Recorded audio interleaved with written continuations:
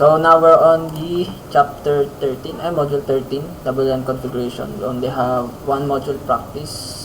No? So we don't have a check your understanding quiz. No? Okay. So WLAN configuration module quiz. PLDT is doing it. Okay, so a user is configuring a wireless access point and wants to prevent any neighbors from discovering the network. So what action does the user need to take? Okay, we need to disable the SSID broadcast. Okay, we need to disable SSID broadcast to hide the SSID for the user is configuring and wants to prevent. Okay. So it is used to prevent any users from discovering the network. Okay.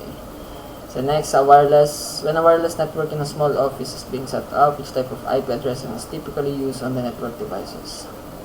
Okay, we use private IP addressing. Okay. So a user has just purchased a generic home router and would like to secure it.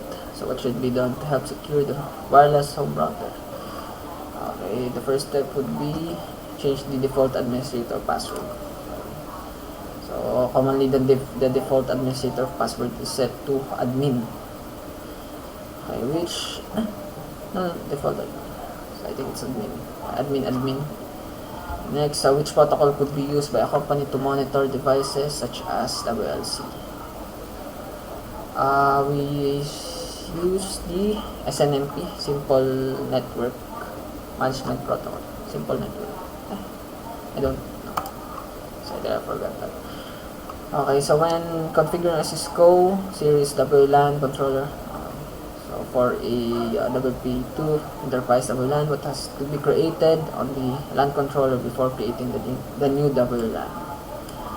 New SSID, security policy. Okay, so a VLAN for the wireless network.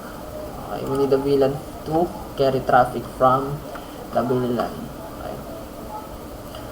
So what is a DHCP scope as it relates to a WLAN configured on the WLC controller? Okay, so it's just a pool of IP addresses for WLAN clients. Okay. Yes, it's a pool of IP addresses. So next, why would a technician configure a passphrase for a WLAN on a wireless router? Okay, to protect someone, to protect someone.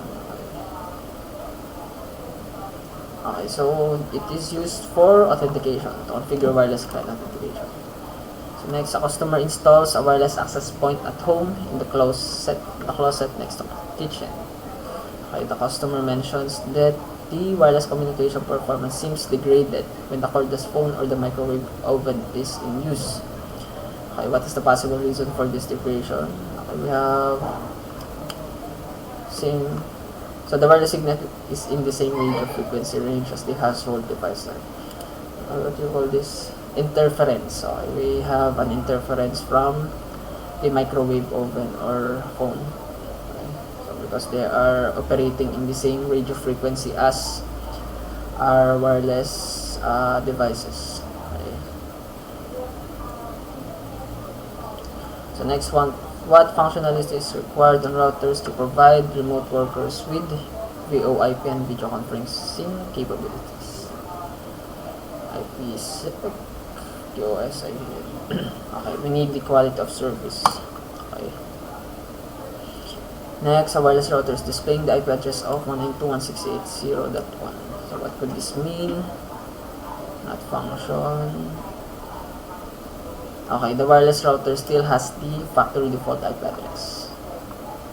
So it is the most likely the answer among these options.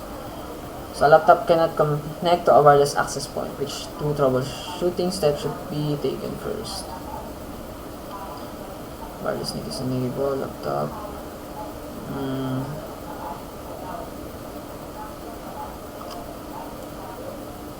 Okay, so we need to ensure that the wireless NIC is enabled. So if we don't have the wireless NIC, we can connect to a wireless access point. laptop antenna is attached. So I think ensure that the wireless SSID is chosen. Next, in setting up a small office network, the network administrator decides to assign private IP addresses dynamic to workstations and mobile devices. Private IP addresses, so which feature must be enabled in the company router in order for office devices to access the internet. Okay, so we have the NAT. What is NAT? Translate network address translation. Network address. So I think, but the answer for this question is not. Okay. So we need to translate private IP addresses into public IP address for us to enable to access the internet. Next, what is the difference between autonomous APs or access points that operate in a home environment and controller-based APs that operate in corporate environment? So autonomous APs, so like the home router, controller-based APs are access points that was controlled by WLC, wireless LAN controller. Okay. Router switch and AP into no. So autonomous APs are not switch. So it will not be a switch. Autonomous APs controller based.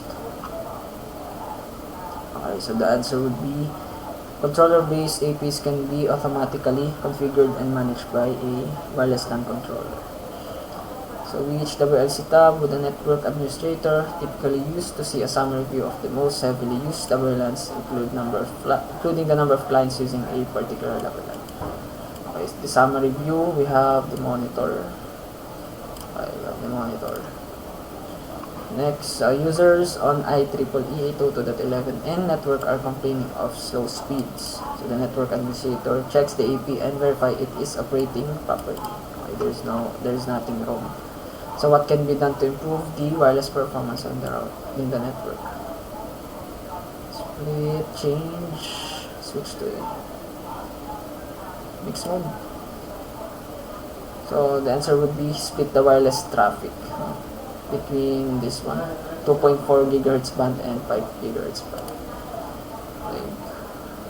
So I think that's the answer, split the wireless traffic. So have successfully, I think that's the only one. So module is, so that's it for module 13.